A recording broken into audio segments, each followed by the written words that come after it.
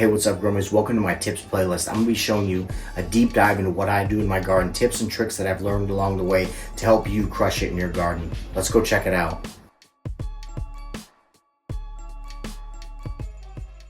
Hey, what's up, growers? I thought we'd walk you through one of our compost teas. There's many ways to go about this compost tea, different castings, different compost, different nutrients, different types of sugars to feed the microbes. The main point is to create an aerobic tea. Aerobic tea has oxygen in it, so we'll use different types of bubble stones to create bubbles and create that oxygen in the soil. You don't want anaerobic. That's going to be bringing in the bad guys. And so the point of this is to bring a readily available nutrition to your bed with so much life, so much diversity, and there's many ways to go about it. This is just what I'm going to do this round. I switch it up every once in a while. I'll add this, a little bit of this, a little bit of that. I don't think you can go wrong. Like I said, as long as you're creating that aerobic environment, you're getting oxygen in the 5-gallon bucket. So what I did is I took a 5-gallon bucket, I put 3 gallons of water in there. I have our bubble stones. Now this is just what I'm adding this time. So this is grandma's molasses. There's a lot of good ones out there. Non-strap, blackstrap molasses is a really good one to use too. You want something organic in there. So you can add a little bit of this, you can add a lot of this. I really don't think it really matters. Like, you could be picky, you could go, it just depends how much you really want to put in there. And I've had this molasses for a little bit now, which is cool because you don't have to use a bunch of it. Ooh, here we go. We're starting to get a drip now. So I'm adding the sugar. This is the food for the microbes. We're putting the microbes in the soil or in the water, and we're giving food to the microbes with that sugar. So I have right here some Colorado Worm Company castings. It's got a lot of beneficial effects in there and a lot of good diversity to the soil. This is what I love about organic. I'm just gonna grab 2 handfuls in here and throw it in there. Many ways to go about it. I just like to play with different types of compost teas. Like I said, as long as you're creating oxygen in there, I think you're gonna be all right. This is the Build-A-Flower from Build-A-Soil. You know, I'm a huge Build-A-Soil advocate. And this is the compost. So I'm just grabbing this and I'm breaking it up. 1 handful, 2 handfuls. There's no science to this. This is what's fun about being a home grower. You can do things your own way and play with different sort of recipes and just see if you can see a major impact. Right. So we also got our boys over there from the stash, Mr. Grow Up Pigeons, Rob CLTV. They come out with this product.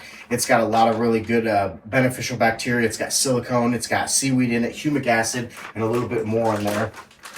So we're just putting a little bit of that in there. Like I said, I'm eyeballing everything. That's what I love about organics, is you don't have to go with a measuring spoon. You don't need a pH. You don't need to do any of that. We're adding the root wise. This is some different types of microbes in there. So adding that diversity in there. Like I said, there's more than one ways to do this, and I don't know if this is the right way. I just feel like playing around, adding a new different tea to there. So I'm a little heavy on that. I shouldn't have put as much in there. This is a tablespoon per 5 gallons when you're watering it in. That's what's really good about root wise. It's gonna crush in your garden, but at the same time, you don't have to use very much. It's got so many different beneficials in there that you need to get it in your garden one way or another.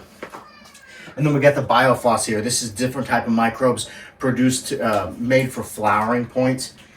So like I said, diversity, that's all we're going for in these teas, is a little bit of diversity. And I'm just gonna scoop a little bit in that in there. So we got the sugars in there, we got the compost, we got the beneficials in there. So all we're trying to do now is bring this to life and give a very nutritional, readily available tea to the soil. So we got everything in there. Now we got different types of bubble stones. I like to use different size bubbles in there just to get different types of oxygen. It's just the way I do it. You can use the same bubble stone. I don't think it makes a difference. So we got a flat one right here. This will lay all the way down in the bottom. I like to get my hand in there. Look at that. We're getting down in there, stirring it up, get everything going, mixing it together. You can use a spoon. You don't have to use your hand. I like playing in the dirt like a little kid. So we're putting that down in there in the bottom there. This is just another stone that I picked up, different size, different shapes, different bubbles. Same thing with here, different size, different shapes. You don't have to do this. You can use the same one. I just like to get diversity in every way possible.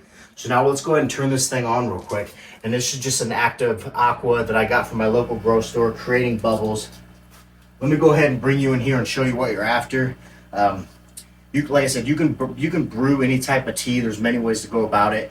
I like to brew for about 12 to 16 hours. 24 may be a little long for me. I don't want to create that anaerobic bacteria. You want that aerobic, like I keep discussing when you're making these teas.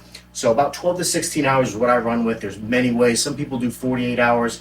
Some people don't even go as long as 12 hours. So diversify. Do it your own way. Make it the way it works in your garden. Let's go ahead and show you all the bubbles that's going on in here. So you can see we're just getting oxygen in the water, creating that aerobic bacteria that we're looking after. We'll let this brew for 12 to 16 hours and we're going to give it to all my plants. This is the aerator that I'm using. I got it from a local grocery store. There's many different types.